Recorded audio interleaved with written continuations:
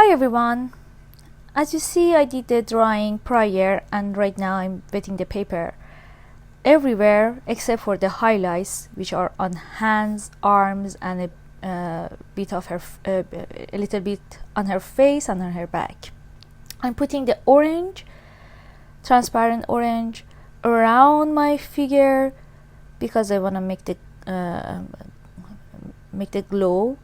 To achieve that, I have to transition between the light colors to the cooler colors, which are the crimson in this painting. On my palette, I have transparent orange and burnt sienna, alizarin crimson, viridian green, and French ultramarine blue. I almost never use black on my paintings, but I put a little bit of black color on my palette, and the reason is because this is a demonstration and I don't have that much time to achieve the darkness I want. I'm going to use the black to achieve that darkness fast, but I don't recommend using it. It's not something I would do. It makes your color a little bit muddy and flatten the painting in watercolor.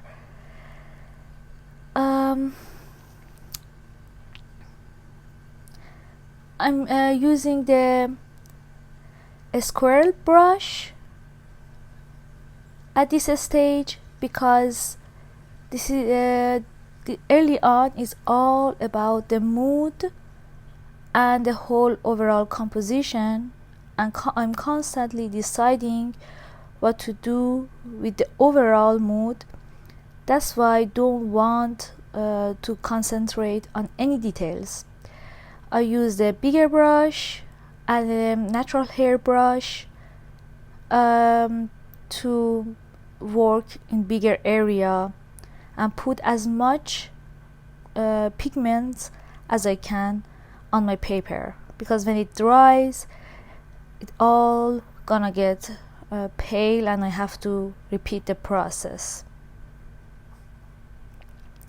As you see, I'm just trying to have fun, not worry at all about the stain or about where the color is gonna go, where the details are. It's all about the overall mood. It's about the dance with watercolor.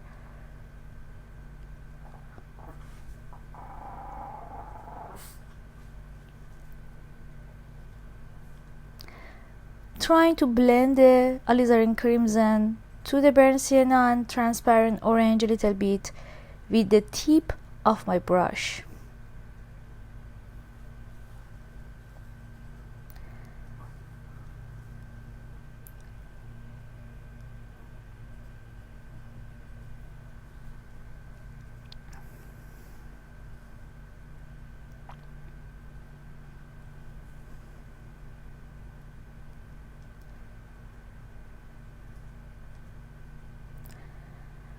I try to add as much alizarin crimson as I can because alizarin crimson tends to get very pale when it dries. It's already getting pale compared to when I put the color on my paper. So I just try to saturate the paper with alizarin.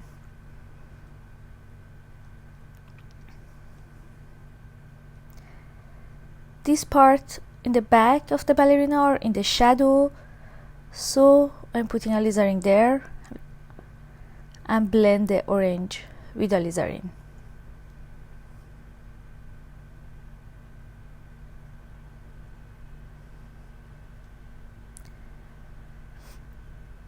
Now it's time to neutralize the alizarin, because pure color they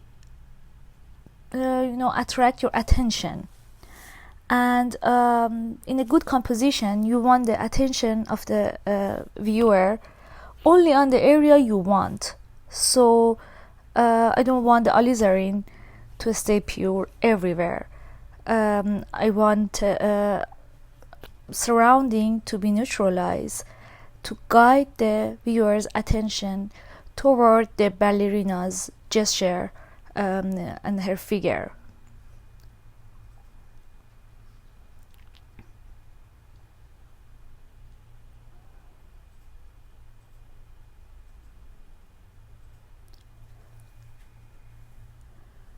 I don't want details on her feet at all, so I just like to make just a little bit of a gesture of where her feet's gonna be, so where her legs gonna be.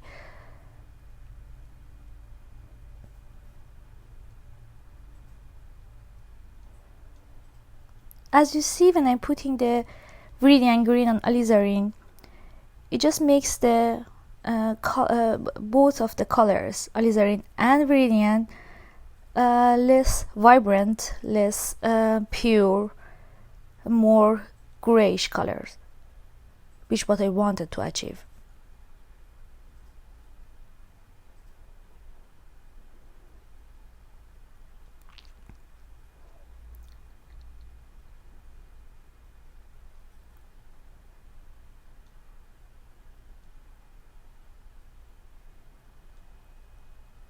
With a synthetic small brush, I'm softening the edges between the highlights and the area that are wet. Otherwise, when it dries, it's gonna make the hard edge, but I don't want, because it draws lots of attention. And also between highlight and the darker area, there should be a middle tone, and with softening that highlight, the edge of the highlights, I can achieve that middle tone. Just don't do the softening of the edges too early when your paper is still very wet, because if you do it too early, color is gonna run into the highlights a little bit too much, and you have to just keep cleaning the paper. So leave it for the last seconds before your paper gets dry and you can't work on it anymore. Right now I'm trying to dampen the middle tones. The value between the highlight and the dark is middle tone.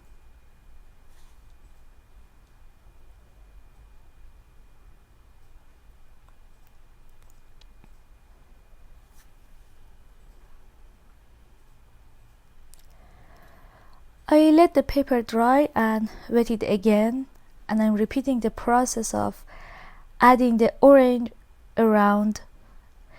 As you see, the paper, all my colors got so pale after drying. That's why I try to put as much color on a wet paper as possible, because it's not like when you put the color on a dry paper. It gets very pale.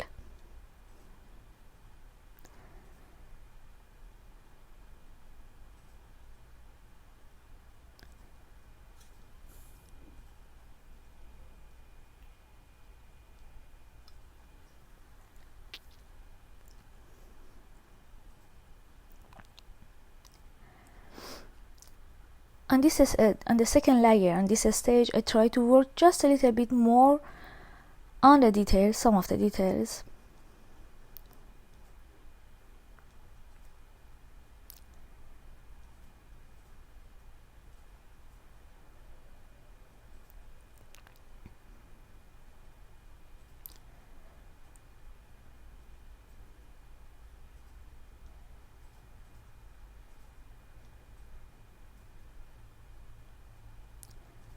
Again, putting alizarin around.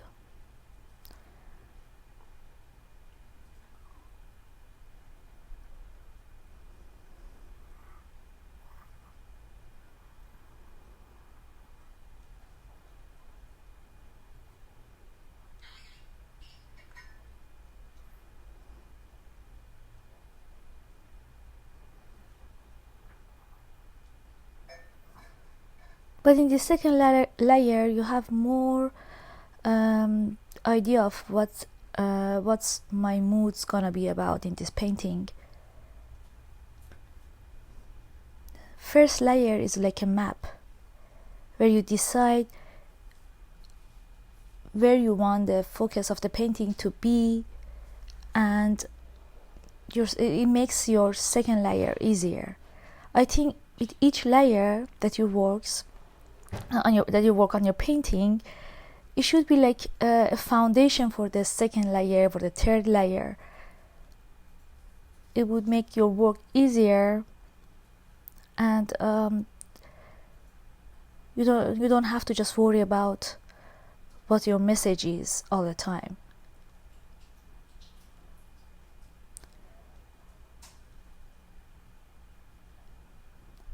I'm adding the Viridian green to neutralize the too pure, too intense alizarin in an unnecessary area, which I don't want the attention.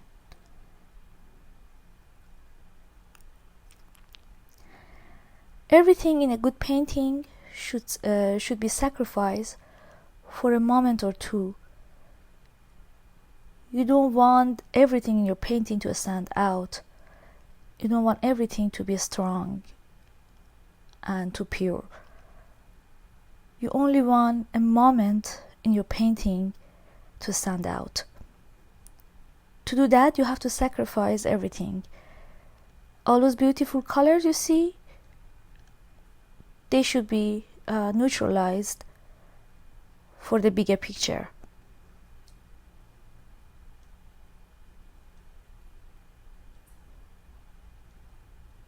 I'm trying to blend and make the transition between the lighter, darker, more neutralized and more pure color smoother with the tip of my brush.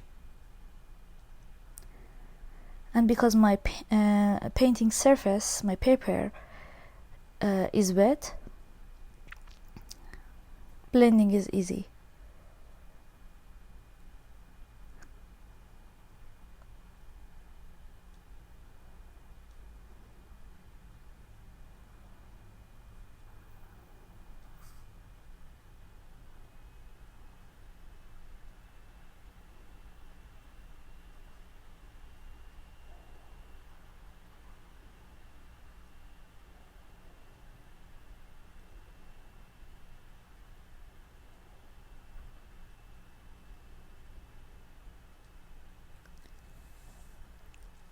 I'm softening around the same area again, the area between highlights, mid-tone and the background.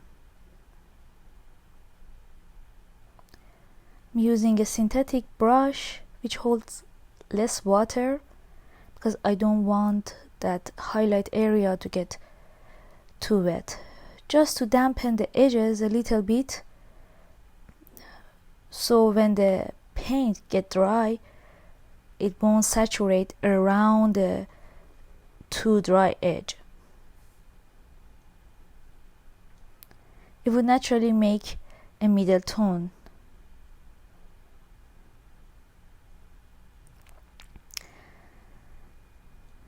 Try to work a little bit on her back, on the dark area on her skin, which are in the shadows.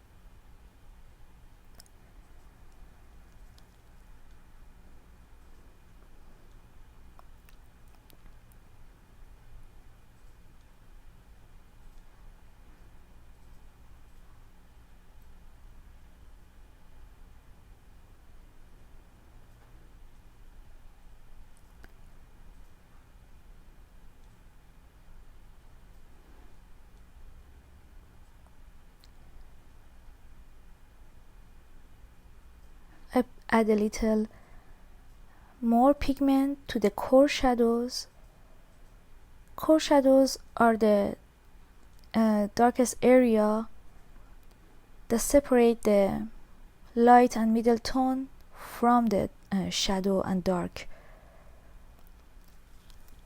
They are called core shadows, and they are some of the most important things in the drawing and the painting.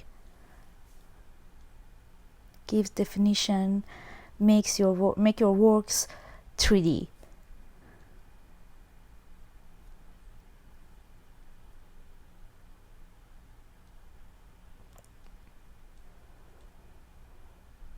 My paper is getting dry, so I try to put the last touches before finishing with this layer.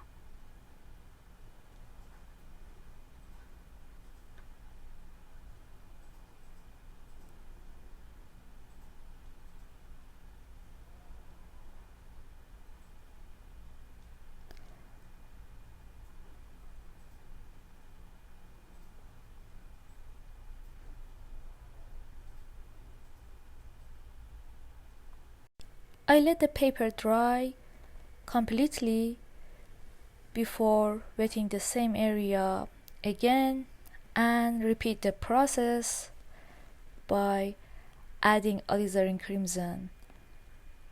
I didn't add that much orange at this stage because after my color dried, I saw that the orange is pretty strong where I want it to be, but the alizarin crimson needs to be stronger, so I'm adding more alizarin in the area I wanted to have that color.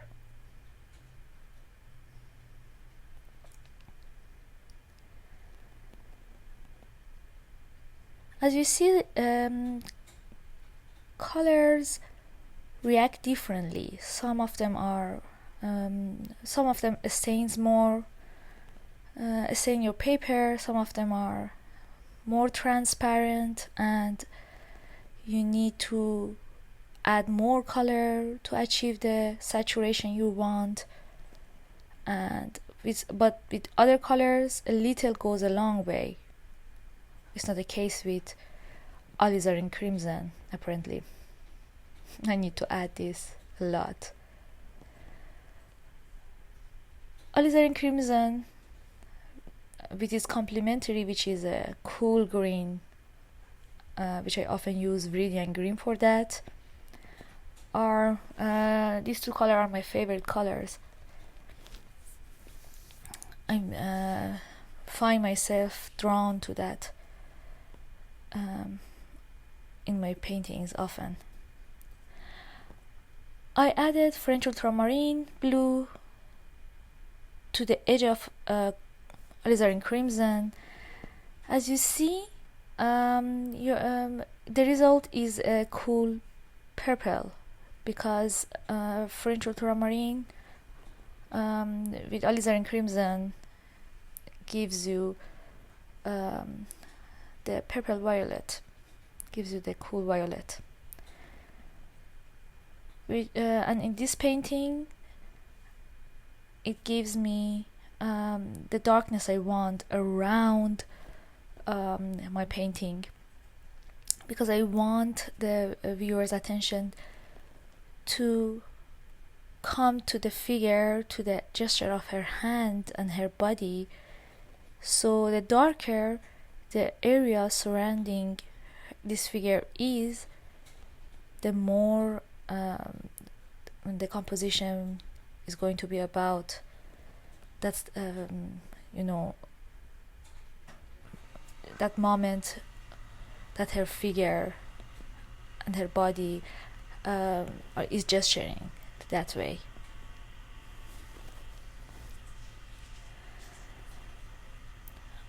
I'm using black on her hair and on the shadows on her body.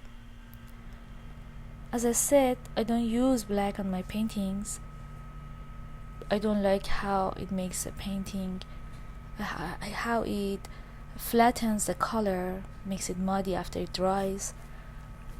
But here is necessary because there won't be that much time to work on multiple layers on a demonstration, and using black color is like jumping to the result, but it sacrifices the quality.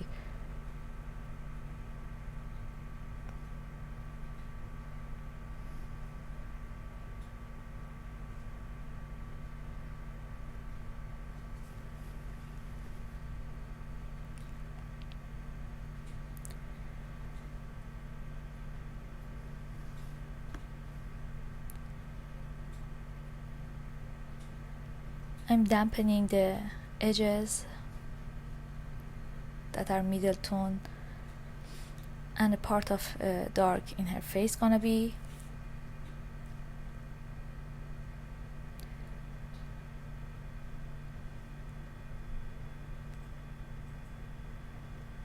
On this layer, I try to make the middle tone a little bit darker to adjust to the darkness around. Otherwise, the middle tone is going to be too light compared to the other area. There was a little bit of water, extra water on my brush, and it made a backwash. It dropped to the paper and made a backwash, as you see. I'm going to ignore that and come back to it later.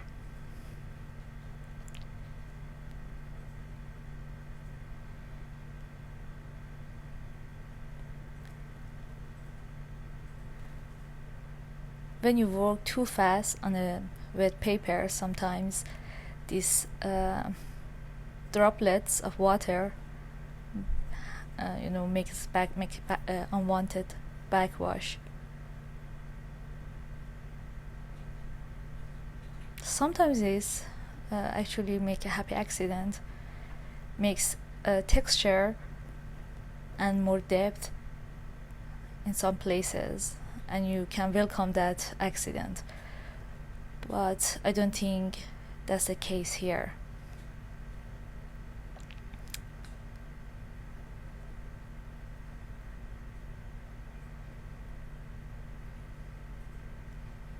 Try to fix that backwash a little bit by adding color on the center of the backwash. Yeah, I get rid of it.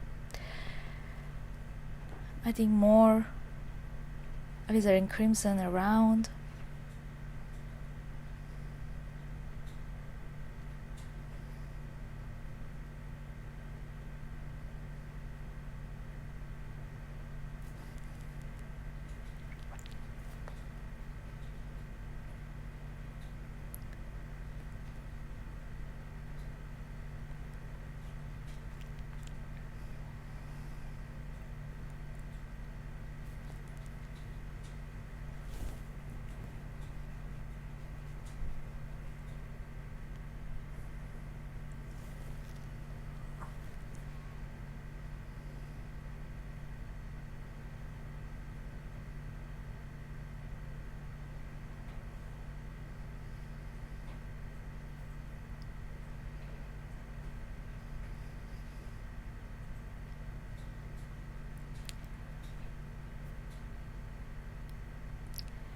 Adding more ultramarine blue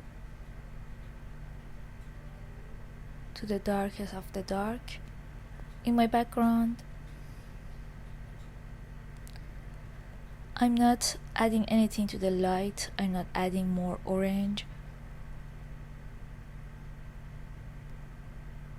This whole round is all about the darkest of the dark and the dark parts in my painting, which I want more color there. I added a little bit of black to get that darkness fast.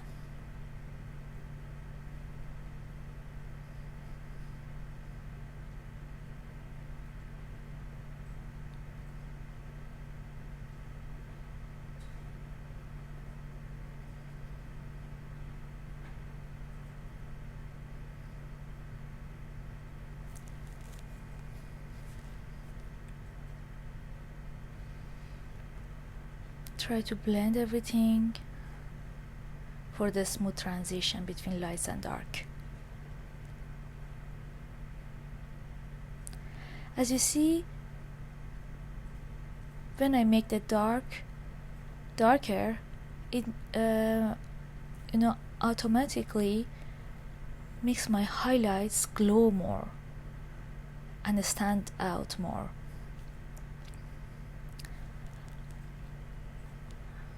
I work a little bit more on the darkness of the body,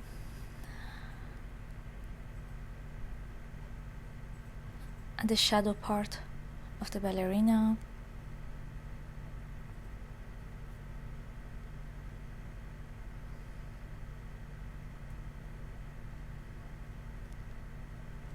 My hand is not touching the paper, just above the paper.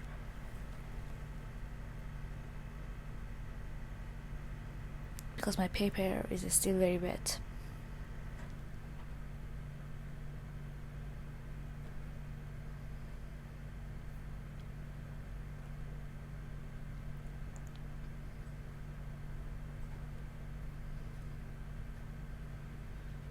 Just a little bit of details on her face.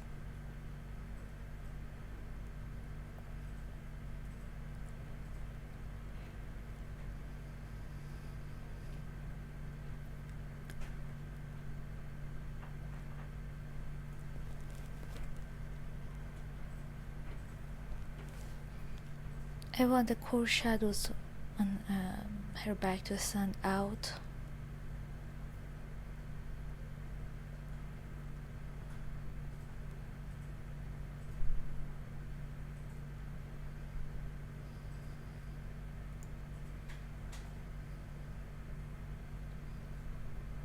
Add a little definition to her dress.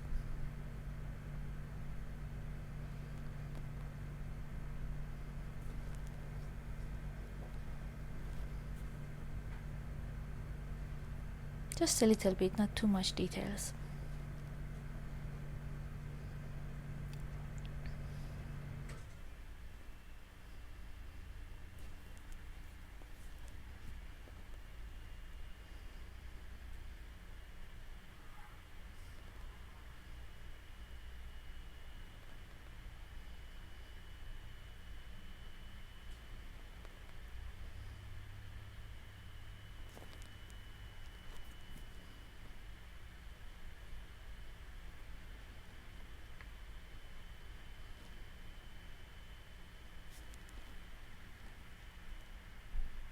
Well, as I said, I don't use black, but here it's necessary to achieve the darkness for the demonstration. These are the final touches of details. A little bit more for the core shadows. I want the rest of the shadow to blend more with the background. Just the the core shadow, which I said is the area of the shadow that separate the highlight and middle tone, and the rest of the shadow which appears very dark, which are the dark beside the the casting shadow. Core shadow is the darkest part of the shadow. Cast shadow is a shadow that an object project to another object, or to the floor, or the surface that it exists.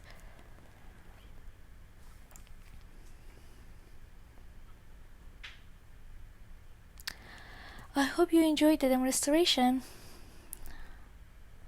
and